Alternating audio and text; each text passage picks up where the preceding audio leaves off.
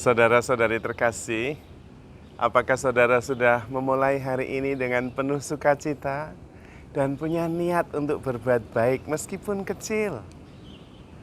Semoga Tuhan memberkati niat baik saudara. Anda dan saya pasti punya pengalaman menonton televisi saat pertandingan sepak bola atau pertandingan badminton. Dan kita bisa gemes kalau melihat pemainnya itu tidak melihat pemain rekannya yang membutuhkan operan. Atau ketika kita nonton badminton dan pemain badmintonnya itu tidak melihat ada sisi kosong yang seharusnya bisa ditempatkan bola ke sana. Shuttlecock ke tempat kosong itu. Kita bisa gemes dan kesel dan melihat ada peluang dan kesempatan untuk mematikan lawan dalam pertandingan yang kita tonton karena kita mempunyai sudut pandang yang lebih luas. Pemainnya sendiri tidak melihat karena dia ikut main dan sudut pandangnya begitu melekat dan dekat. Seperti pemain bola tidak bisa seperti kita melihat ada 22 pemain bersama-sama, nggak bisa. Karena itu tidak bisa mempunyai pandangan yang cukup jelas. Karena kita terlalu terlibat di dalamnya. Baik secara indrawi maupun juga emosional. Sama ketika kita mendengarkan teman kita curhat tentang persoalannya. Dan dengan segala emosinya. Kita yang mendengarkan dari sudut pandang yang berbeda bisa melihat sebetulnya inti persoalannya apa. Dan kadang-kadang kita gemes ketika kita memberitahukan dan memberi nasihat, teman kita itu tidak bisa mengerti dan tidak bisa melihat apa yang kita lihat. Karena memang teman kita yang lagi curhat itu terlalu terlibat secara emosional, indrawi, perasaan dengan persoalan yang dia hadapi. Sehingga tidak bisa mengambil jarak. Nah, ini yang penting yang ingin saya sampaikan. Sebetulnya ketika kita bisa mengambil jarak, mengubah sudut pandang, dan menyadari bahwa kita transenden, melampaui persoalan yang sedang kita hadapi, maka kita bisa melihat persoalan itu secara lebih jelas. Kita melebihi, kita transenden terhadap persoalan-persoalan yang sedang kita hadapi. Kita transenden, melebihi dengan emosi-emosi yang sedang berkecamuk. Karena itu Santo Eugenius, pendiri kongregasi OMI, mengatakan, hendaklah kalian, para OMI, memandang dunia ini dari sudut pandang Yesus yang disalibkan. Dengan kerinduan untuk menyelamatkan semua orang dan dunia ini. Maka kemudian reaksi kita, pemahaman kita itu berubah total. Karena dari sudut pandang Yesus yang disalibkan. Kemudian transenden, kita melampaui remeh-temeh persoalan yang ruwet, yang muyek, yang kita hadapi sehari-hari. Dan bisa memandang persoalan secara lebih jernih. Karena kita transenden, melampaui persoalan-persoalan itu. Lalu caranya bagaimana secara praktis supaya kita bisa sadar dan kemudian mengambil sudut pandang yang lebih luas. Pertama, dengan istirahat. Artinya jeda sebentar dari persoalan dan pikiran yang muyek. Misalnya kita sedang berbeda pendapat dengan seseorang. Lalu secara emosional kita terlibat di dalamnya. Bahkan jengkel, gemes, sakit hati bahkan. Coba berhenti sebentar, istirahat sebentar, tarik nafas. Nanti berantem lagi boleh, tapi istirahat sebentar. Lalu diam sendiri, menjauh sebentar. Lalu mulai merenung-renungkan, memikir-mikir, sebetulnya persoalannya di mana?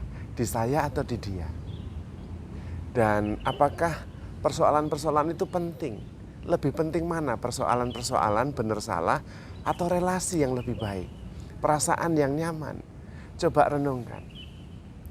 Kalau kemudian ada waktu jeda, nah kita berarti melampaui, transenden. Tidak dikuasai oleh peristiwa emosional yang sedang kita hadapi. Maka kemudian kita ada jarak dan itu beda sekali. Beda sekali. Seperti main badminton dengan nonton badminton dari jauh. Wah, itu beda sekali. Dan ketika kita mengambil jarak, kita menyadari bahwa kita melebihi, transenden dari persoalan, dari emosi, dari pikiran yang sedang berkecamuk. Dan kemudian kita bisa menertawakan diri sendiri. Itu berarti kita menguasai atau melampaui persoalan yang sedang kita hadapi. Maka sering-seringlah kita break, jeda sebentar untuk melihat dari perspektif yang lebih luas. Dan karena itu saya menyarankan, kalau ada weekend atau camp tertentu, ikuti. Ada weekend ME misalnya, ikuti. Tapi Romo itu 3 hari, Jumat, Sabtu, Minggu. Ayah, itu nggak ada artinya.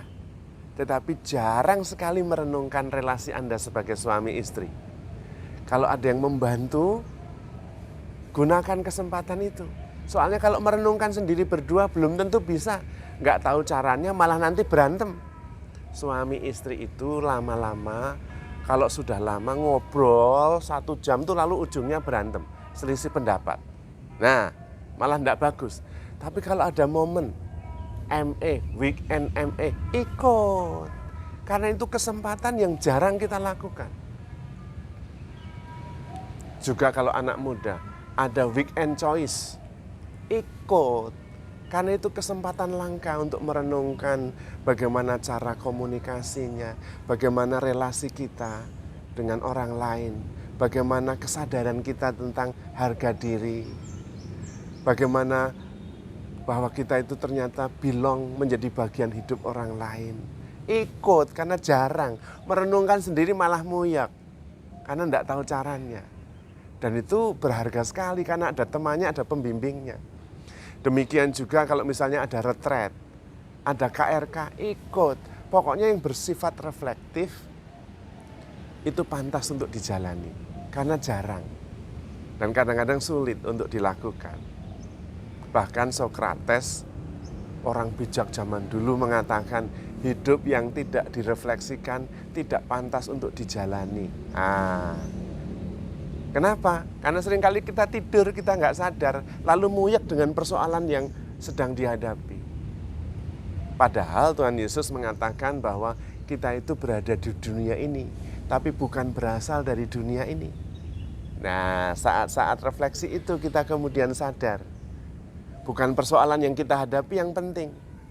Saya itu seringkali merasa miris.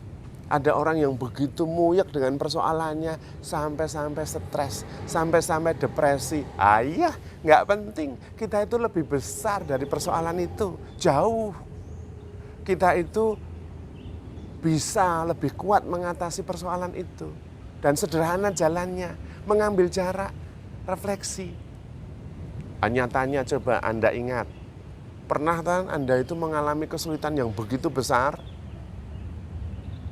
tapi berlalu itu bahkan sudah lupa. Padahal dulu termehek-mehek itu. Nah, berarti itu kan sebetulnya nggak penting. Sudah berlalu dan bisa berlalu itu. Tapi ada yang nggak bisa keluar dari situ. Muyak sendiri sampai depresi. Iya, sayang sekali. Nggak usah jauh-jauh. 2 tahun terakhir pada waktu awal-awal pandemi. Atau pada saat COVID-nya meningkat. COVID deltanya begitu kuat dan sangat menakutkan. Kita takut sekali itu. Sampai-sampai tidak berani keluar. Sampai-sampai harus semprot sana, semprot sini. Sampai sungguh-sungguh ketakutan, nggak bisa tidur. Nah sekarang sudah berlalu itu, pada nggak pakai masker, banyak juga. Ada yang memberitahukan, awas lo nanti kena COVID. Sudah lalu, sudah lewat. Karena memang persoalan dan peristiwa itu terus berubah.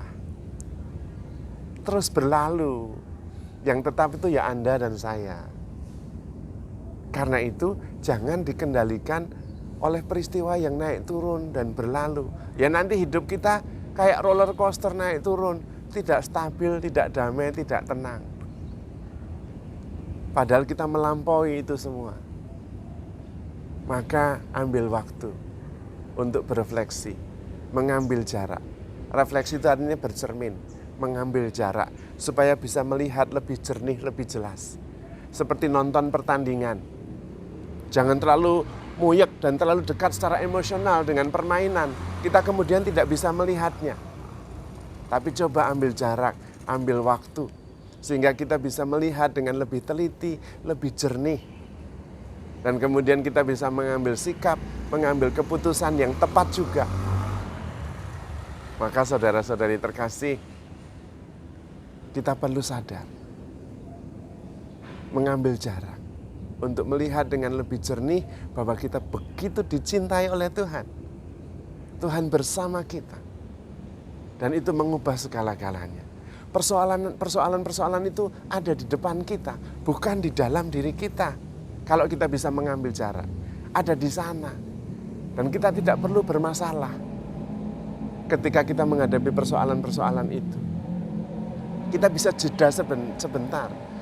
Jeda, break sebentar, itu tanda bahwa kita lebih besar dari persoalan itu. Nyatanya kita bisa beristirahat itu. Jadi kalau lagi berantem seru sama pasangan, sebentar-bentar saya istirahat dulu, ngopi dulu, nanti kita berantem lagi. Lah, itu berarti tandanya kita tidak dikuasai oleh emosi dan peristiwa yang sedang berlangsung. Kita beyond, kita transenden, kita melampaui itu semua.